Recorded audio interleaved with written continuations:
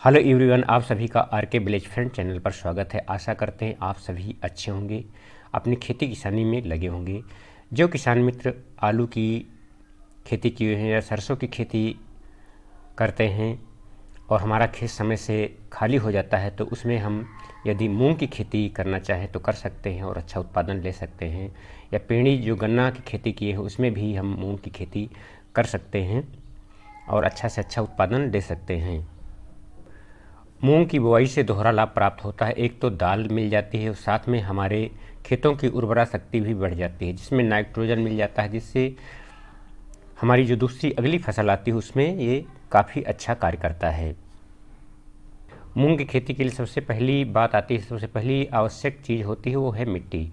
तो ये सभी प्रकार की मिट्टियों में उगाई जा सकती है जिसका पीएच मान 7 से 8 के बीच हो। दोमट मिट्टी एवं मटियारी मिट्टी सबसे अच्छी होती है। अब खेत की तैयारी की बात आती है तो पहली जुताई हमको पलटने वाले हल से करना चाहिए। उसके बाद 2 से 3 जुताई कल्टीवेटर से करके अच्छे से पाटा लेना चाहिए और मिट्टी को भुरभुरा और एवं समतल बना लेना चाहिए। यदि दीमक की समस्या हो तो कुनाल फांस 1.5% का जो आता है 25 किलोग्राम प्रति एकड़ के हिसाब से मिट्टी में मिला देना चाहिए, जिससे दीमक की समस्या हमारी समाप्त हो जाए। अब बात आती है मूंग की कौन कौन सी उन्नत किस्में आती हैं जिनकी बुआई करके अच्छा उत्पादन हम ले सकते हैं। तो उसमें पंत मूंग एक आती है जो 65 दिन में जायद में हमारी तैयार हो जाती है और 10 से 12 कुंटल उत्पादन प्रति हेक्टेयर के हिसाब से हमको दे देती है। अगली है पूसा बैसाखी जो 60 से 70 दिन में ये भी तैयार हो जाती है और 8 से 10 कुंटल से ऊपर ही उत्पादन हमको दे देती है। और अगली वैरायटी है मोहिनी जो 70 से 75 दिन में तैयार हो जाती है और 10 से 12 कुंटल हमको उत्पादन भी दे देती है, जिसमें पीला मोजेक तथा लीफ स्टॉप जैसी बीमारियां भी इसमें नहीं लगती हैं। उसके बाद है ML1 जो 90 दिन में हमको तैयार हो जाती है और 8 से 10 कुंटल तक उत्पादन हमको दे देती है। और अगली किस्म है जिसको हाइब्रिड 45 के नाम से भी जाना जाता है, जवाहर 45। ये 75 से 85 दिन में तैयार हो जाती है और 10 से 13 कुंटल के ऊपर उत्पादन हमको देती है। और पंत मूंग 3 है जो 60 से 70 दिन में ये भी तैयार हो जाती है और पीला मोजेक एवं पाउडरी मिल्क के प्रति प्रतिरोधी है। और अगली है अमृत जो 90 दिन में हमको तैयार होके फसल दे देती है और 10 से 12 कुंटल का उत्पादन हमको प्रति हेक्टेयर के हिसाब से मिल जाता है। ये तो हो गई मुख्य हमारी जो कौन कौन सी प्रजातियां हैं जिनको हम लगा सकते हैं। अब उसके बाद आता है बीज का संशोधन भी करना बहुत ही आवश्यक होता है। तो जायद की फसल के लिए हमको जो बीज की आवश्यकता होती है वो 20 से 25 किलो प्रति एकड़ के हिसाब से होती है और 3 ग्राम थायरम जो फफूंद नाशक आता है उसको प्रति किलो के हिसाब से हम इसको उपचारित कर लेते हैं तो बहुत ही अच्छा रहता है। अथवा हम राइजोबियम कल्चर जो आता है उससे उपचारित कर लेते हैं तो हमारी फसल में जो नाइट्रोजन की कमी होती है वो भी पूर्ति होती रहती है और अच्छा उत्पादन हमको दे देती है। राइजोबियम कल्चर से उपचारित करने के लिए हमको 600 ग्राम राइजोबियम कल्चर चाहिए और 250 ग्राम हमको गुड़, जिसको हम गर्म करके पानी में घोल लेंगे और ठंडा होने पर अपने जो बीज है उसको उपचारित करके छाया में सूखा करके और फिर बुआई कर सकते हैं।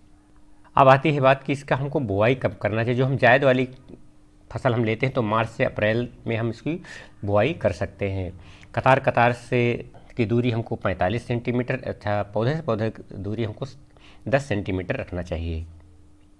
मूंग की खेती में भी खाद एवं उर्वरक की आवश्यकता पड़ती है तो हम 5 से 10 टन गोबर की सड़ी हुई खाद प्रति हेक्टेयर के हिसाब से डाल देते हैं तो बहुत ही अच्छा उत्पादन हमको ये दे देती है। और नाइट्रोजन की बात की जाए तो 20 किलोग्राम एवं 40 किलोग्राम फास्फोरस एवं 20 किलोग्राम पोटास एवं 25 किलोग्राम गंधक एवं 5 किलोग्राम जिंक प्रति हेक्टेयर के हिसाब से डाल करके मिट्टी में मिला देना चाहिए। अब बात आती है जब हमारे पौधे तैयार हो जाते हैं तो जायद वाली फसल अगर हम लेते हैं तो उसमें हमको सिंचाई की आवश्यकता भी पड़ती है। तो 30 से 35 दिन के बाद हमको पहली सिंचाई कर देना चाहिए और 15 दिन के अंतराल पर हमको अगली सिंचाई कर देना चाहिए। अब बात आती है हम खरपतवार नियंत्रण कैसे करें। तो निराई गुड़ाई द्वारा भी हम खरपतवार का नियंत्रण कर सकते हैं अथवा हम पेंडीमिथिलिन का छिड़काव कर देते हैं, तब भी हमारे खरपतवार काफ़ी नियंत्रित हो जाते हैं। जिसमें 350 ml जो पेंडीमिथिलिन है प्रति हेक्टेयर के लिए ज़रूरत पड़ती है, जिसमें 500 लीटर पानी की में मिला करके इसका छिड़काव कर देते हैं और बुआई के 24 घंटे के अंदर कर देते हैं तो काफ़ी खरपतवार नियंत्रित हो जाते हैं। अब हमारी फसल तैयार हो गई, सिंचाई हो गई, निराई गुड़ाई हो गई, उसके बाद में कौन कौन से इसमें रोग और बीमारी लगते हैं। तो इसमें दीमक यदि प्रकोप हो आपके क्षेत्र में तो पहले ही बताया जा सका कुनालफास जो 1.5% का आता है उसका प्रयोग कर सकते हैं, या क्लोरफारीफास का इसका भी प्रयोग कर सकते हैं। 20 से 25 किलोग्राम प्रति हेक्टेयर के हिसाब से प्रयोग किया जा सकता है। और इसमें एक कतारा लगता है जो हमारे पौधे उगते हैं उसी समय इसको काट देता है, तो इसके लिए कुनालफास का प्रयोग कर देते हैं, उस काफ़ी हद तक नियंत्रित हो जाता है। और सफ़ेद मक्खी भी इसमें देखने को मिलती है, जिसके लिए मोनोकोटोफास 36 WAC का जो आता है इसका प्रयोग कर देते हैं तो ये सफ़ेद मक्खी कंट्रोल हो जाती है। और फली छेदक भी इसमें देखे जाते हैं, ये भी लगते हैं, तो मोनोकोटोफास या कुनालफास का प्रयोग कर देते हैं तो फली छेदक से हमको निजात मिल जाता है। मुझे एवं झुलसा रोग भी देखने को मिलता है, इसके लिए हम किसी फफूंदनाशक का प्रयोग कर देते हैं तो काफ़ी लाभ हो जाता है। तो इस तरीके से हम मूंग की खेती करके अच्छा उत्पादन प्राप्त कर सकते हैं। तो ये जानकारी आपको अच्छी लगी हो तो अन्य किसान दोस्तों के साथ शेयर करें, जिससे वो भी इसका लाभ उठा सकें।